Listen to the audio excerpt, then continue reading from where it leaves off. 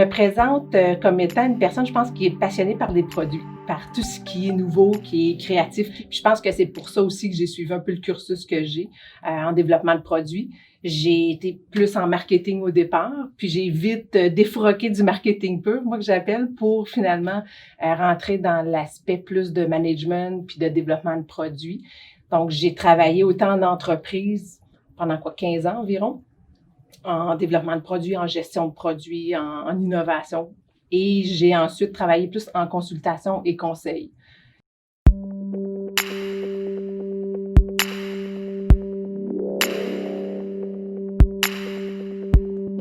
Je trouve que la chose qui a changé le plus au niveau du contexte, c'est la rapidité à laquelle le marché évolue.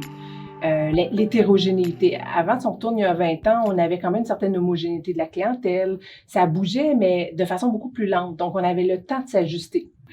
Et par le fait que ça a changé, ça nécessite que les entreprises doivent mieux comprendre ce que le client veut parce qu'il change lui aussi beaucoup. Il évolue rapidement avec toute l'information dont il possède. Donc, ça veut dire que les gens qui travaillent en développement de produits doivent aller comprendre le marché en continu. Pour l'entreprise, il y a des enjeux structurels, c'est-à-dire que l'entreprise, de par la rapidité du marché, doit être très agile, doit s'ajuster beaucoup.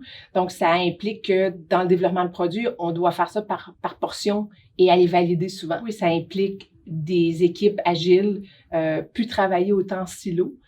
D'un point de vue opérationnel aussi, ça implique, dans le fond, d'avoir des équipes qui sont multitask, en fait, multidisciplinaires, qui ont des habiletés multiples et d'aller très vite. Donc, ça veut dire d'être très flexible. Donc, en manufacturier, c'est un gros défi. Et au niveau humain aussi, je pense que le défi, les ressources ne sont plus, on a des ressources humaines qui sont requises avec des nouvelles compétences qu'on n'avait pas avant. Il y a un lot d'informations hallucinant qu'on doit traiter qu'on n'avait pas traité avant en entreprise.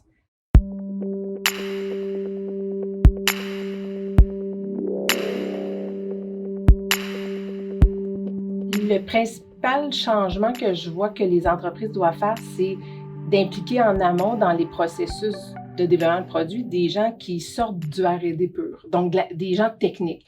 Et ne méprenez pas, les gens techniques sont essentiels dans le développement de produits parce que c'est eux qui créent la solution d'un point de vue technique. Par contre, avant d'arriver là, on doit vraiment avoir des gens qui gravitent en amont pour aller comprendre ce qui se passe. Donc, c'est plutôt souvent des gens qui font le pont avec les gens en R&D ou les gens en commercialisation, les gens de vente ou les gens en marketing pur qui font plus de la communication.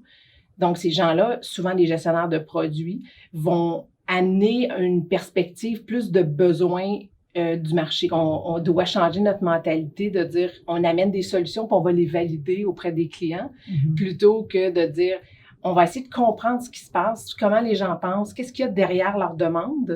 Et une fois qu'on a fait ça, on est capable, avec le lot d'informations qu'on va aller analyser, de ramener des grandes lignes de besoins, de qu'est-ce qui est pertinent. Et là, le travail de collaboration avec le R&D se fait. Là, le R&D va vraiment prendre les besoins et va penser technique, penser solution.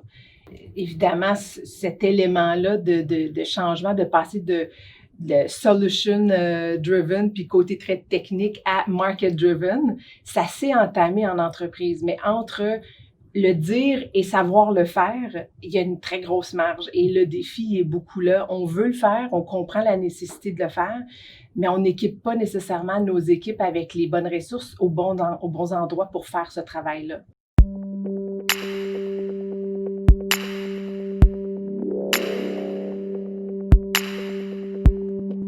Ça prend un intérêt et une compréhension du rôle du marketing dans le développement de produits, qui est en amont. Donc, qui sert une partie de l'objectif du développement de produit, qui est d'aller comprendre ce qui se passe pour développer d'avoir les bons besoins pour développer les bons produits. Et ces gens-là sont souvent des gens en gestion de produits qui ne doivent pas avoir une avenue trop technique. Et le défi, il est là parce que beaucoup d'entreprises transfèrent des gens techniques qui évoluent naturellement dans l'entreprise et deviennent gestionnaires de produits.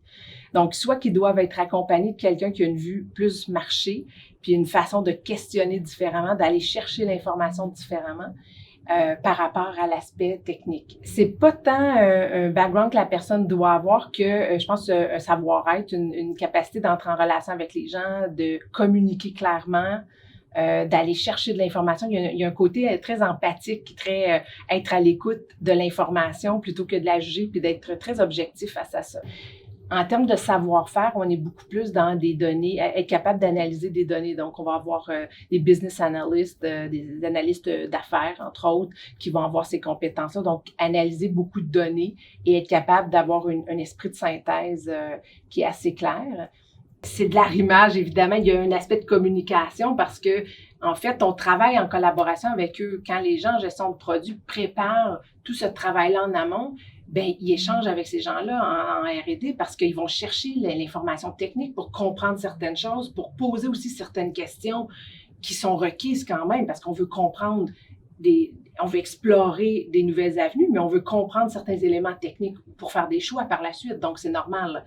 Je pense que le défi à ce niveau-là, il est beaucoup de l'arrimage au niveau de la communication.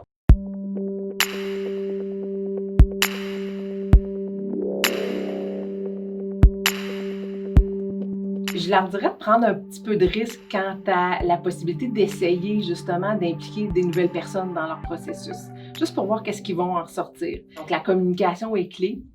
Prendre un peu de risque, essayer des nouvelles choses, puis peut-être sur des projets moins importants au départ parce que ça met moins de pression, c'est moins risqué. Donc, on peut se permettre ces petits risques-là sur des projets peut-être de moins grande ampleur. Puis on voit l'impact tout de suite que ça peut avoir. Et se donner le temps aussi d'essayer des choses. Je veux dire, ça va vite, mais on ne peut pas faire autrement que de l'essayer puis après de s'ajuster.